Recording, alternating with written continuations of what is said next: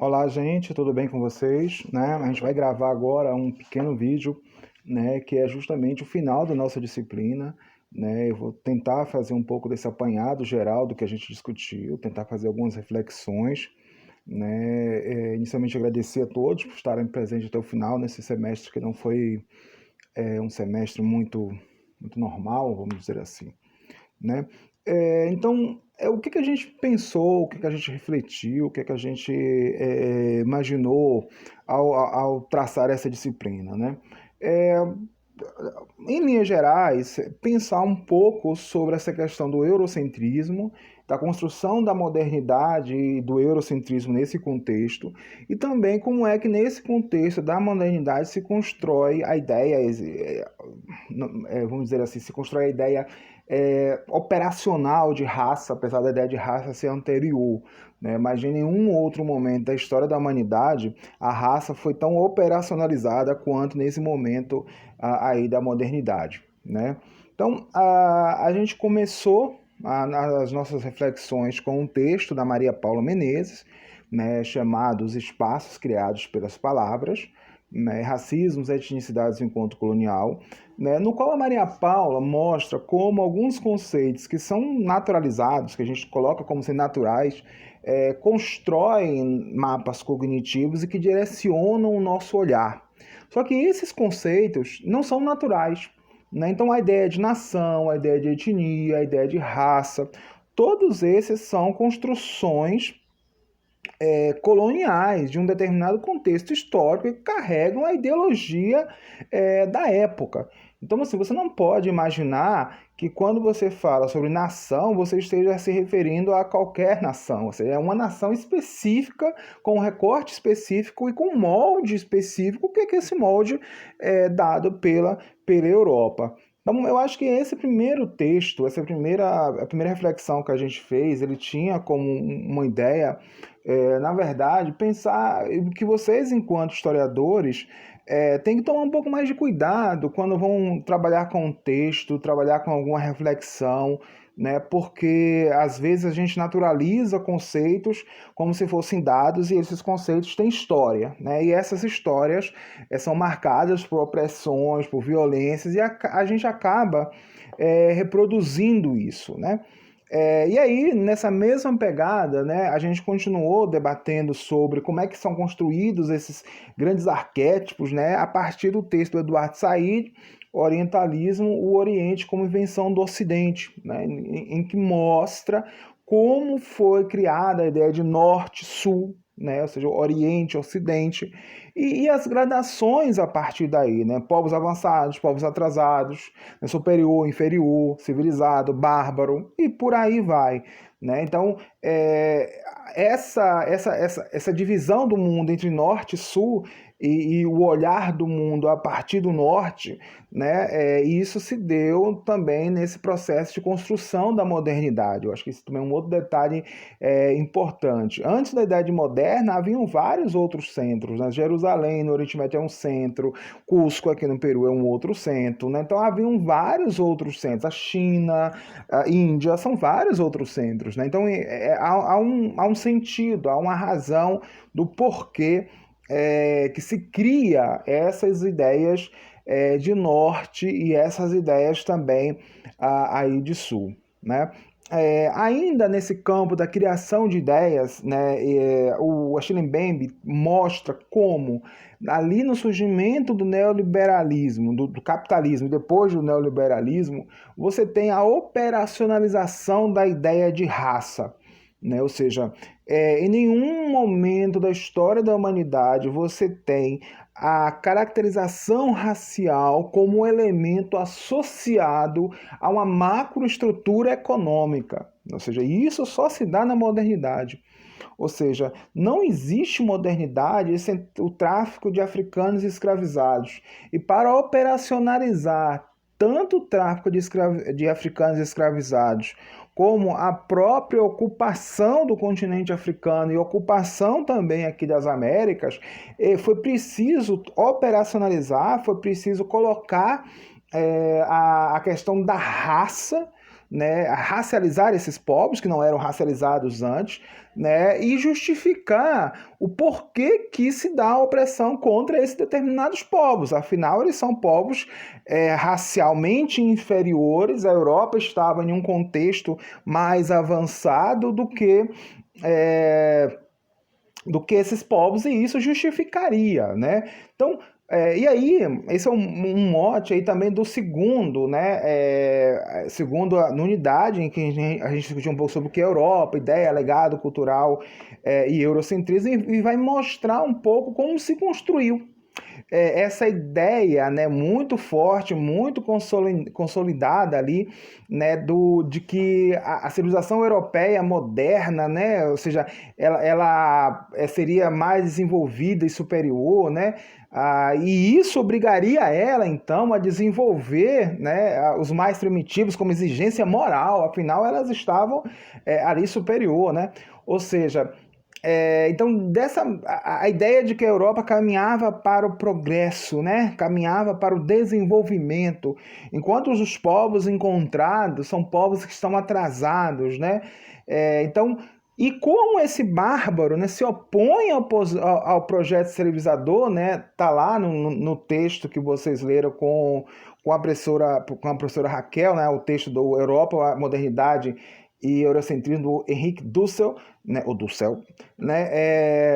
Então, tudo isso é uma construção desse tempo histórico no qual a gente está falando. Ou seja, então essa ideia de que, ora, a Europa é civilizada e há povos bárbaros, e como os povos bárbaros se opõem ao projeto civilizador, né, cabe à Europa usar todos os meios disponíveis para levá-lo à luz, levá-lo ao progresso, nem que fosse operacionalizado aí a violência, ou seja, nem que para isso tivesse que usar ali da violência, né? E aí o Wallenstein mostra também um pouco sobre como é que tudo isso vai ser universalizado, né? Esse universalismo promovido pela Europa, né? Um elemento que o Wallenstein mostra, né? Como é que o mundo foi moldado, o mundo foi imaginado, determinadas categorias criadas a partir da Europa, determinados entendimentos de mundos criados a partir da Europa, e que são categorias modelares, né?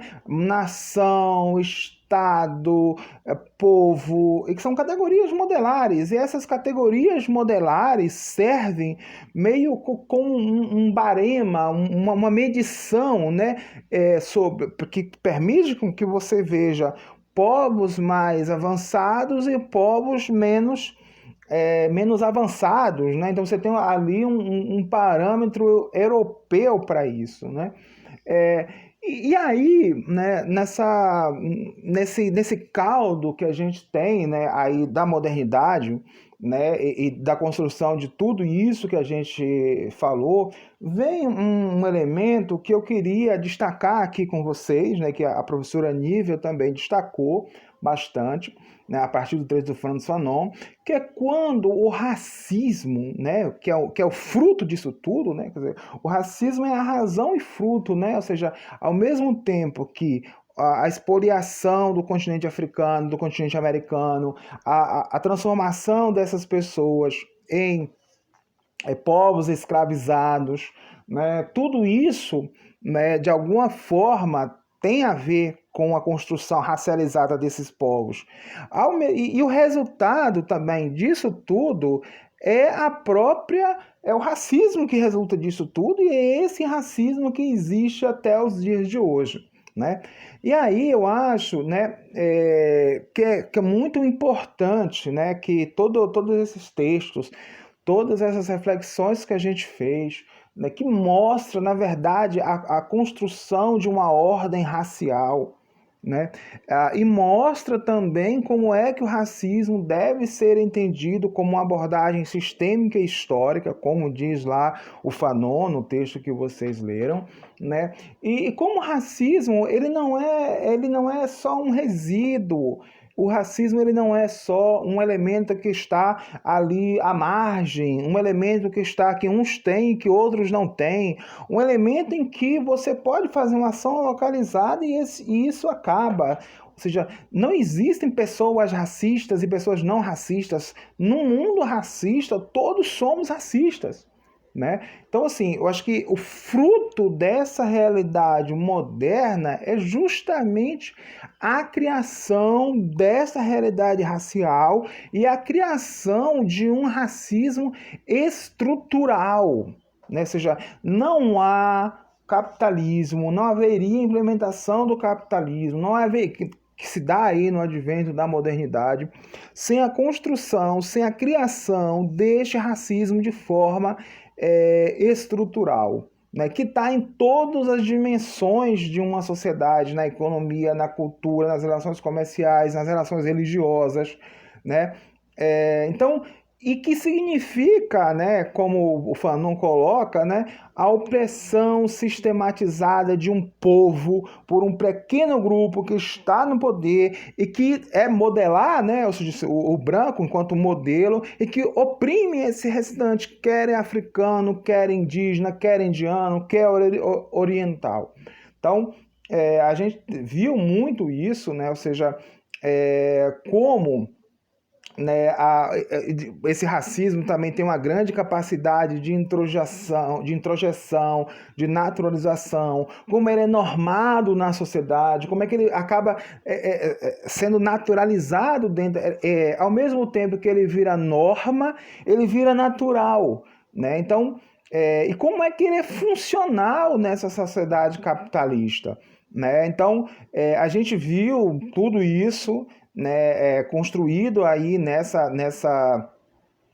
disciplina, e a gente espera, né, que na verdade, né, que ao final vocês tenham um olhar um pouco menos, melhor dizendo, etnocêntrico, que estejam mais atentos para que determinados conceitos, construções, formas de ver a história são construções muitas das vezes são construções quase sempre racistas, né? Então, e como a importância também de a gente olhar os espaços que sofreram as ações colonizadoras, né, como diz a Manuela Sanches, né, e que permitem que a gente perceba concepções de mundo diferentes, deslocalizadas da Europa, concepções de mundo que partem de outros espaços e que passam, né, que estão para além dali, né? Ou seja, que eu acho que um grande barato, uma grande mensagem, né, que o livro da Manuela traz, que vocês só leram só a introdução, mas ela passa por diferentes intelectuais, né? E vale muito a pena ler os textos desses intelectuais, né? Mas eu acho que a grande mensagem que esses intelectuais passam é de que outro mundo é possível, né? Eu acho que outro mundo é possível, outras formas de organizar esse mundo é possível, outras leituras desse mundo é possível, outras formas de se relacionar também é possível, né? No texto, por exemplo, do Aimé Césaire, né, ele defende, por exemplo, a ideia de uma cultura negro-africana transnacional. Ou seja, independente de uma cultura nacional, haveria uma cultura negro-africana. Então ele subverte aquela ideia de Estado-nação, de fronteiras limitadas, delimitadas, soberano, ou seja, em torno de algo circunscrito, né? Ao mostrar a existência dessa possibilidade de cultura negra africana, né? E isso é apenas um dos exemplos, né, que traz, que a gente trouxe aí na disciplina, né, e que ajudam a gente a ver que sim, outros mundos são possíveis, outras lógicas são possíveis, outros entendimentos são possíveis, né? E que eu acho também que assim, a gente tem também, a partir do momento que a gente tem acesso a essas leituras, eu acho que tem um compromisso também muito pessoal da gente enquanto formador, enquanto professor, em alguém que a gente vai trabalhar lá, né, vamos dizer assim, no chão da escola, né, a gente tem também um compromisso de construir uma educação antirracista. Ou seja, se para as gerações atuais apenas a lei e a aplicação da lei resolve no combate ao racismo, para gerações futuras é preciso construir uma aliança, uma educação, uma aliança em torno de uma educação antirracista, né? Então, e todos esses textos que a gente trouxe traz um pouco da denúncia do racismo como algo estrutural e a necessidade de construção de uma educação antirracista. Então, acho que isso é muito importante, isso é muito pertinente, né? E assim, muito me entristece como às vezes a gente parece que está caminhando para trás, né? Nesse um mês que eu fiquei aí de licença, né? Quer dizer, a gente já tinha combinado que eu não daria mais aulas para vocês, voltaria agora, depois da minha licença, né? Voltei agora da minha licença.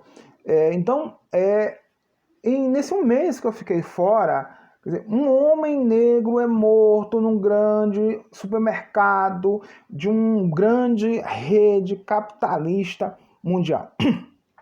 Quer dizer, até quando, né? Até quando? Até quando a gente ainda vai conviver com essa realidade? Até quando o racismo vai matar? Né? Então eu acho que a gente tem também um compromisso aí. E o que é mais alegórico nessa história, o que é mais interessante para a gente olhar, se é que é possível falar que isso é interessante, é que é dentro de um grande conglomerado capitalista, ou seja, as práticas de um grande restaurante, de um grande restaurante, de um grande supermercado, né? Ou seja, capitalista, de uma grande rede que é o Carrefour capitalista, matando. Ou seja, então nesse sentido a gente volta de novo ao Mbembe, né? Como eu não posso mais entender as realidades contemporâneas neoliberais 2021 sem continuar associando capitalismo e racismo. Ou seja, essa na verdade é algo que é indissociável, né? Se hoje este racismo ele, na verdade, é dissociado da origem africana, ele criou outros, e criou lugares para esses outros, mas criou também a ideia, consolidou a ideia, na verdade não criou, mas consolidou a ideia de que um corpo negro pode ser tocado, pode ser violado, pode ser morto. Né? Ou seja, o nosso grau de indignação e o grau de indignação da sociedade quando se viola um corpo negro, se viola uma residência negra, se viola um espaço negro é muito menor porque nós fomos educados nessa sociedade racista de que um corpo negro vale menos do que um corpo branco. Né? Então, eu espero sinceramente que a gente, ao terminar a disciplina, a gente reflita tudo isso. A gente tentou evidenciar a construção dessa realidade histórica, né? E eu espero que isso permita com que a gente construa uma educação e práticas antirracistas, ou seja, não basta, como aquela frase famosa da Angela Davis, não basta ser contra o racismo, é preciso ser antirracista, é preciso construir práticas antirracistas. E vocês, como professores, tem um papel muito, muito relevante nisso, tá bom? Então é isso, gente, assim, é um prazer estar aqui, nos vemos em meu nome, em nome da professora Raquel, em nome da professora Nívia, nós agradecemos bastante a vocês, esse foi um semestre desafiador, mas ao mesmo tempo foi um semestre muito interessante, porque nos liberou um pouco das amarras e nos permitiu fazer algumas reflexões como essas que a gente está fazendo aqui. Tá bom? Então é isso. Um grande abraço para vocês. A gente se vê. Tchau, tchau.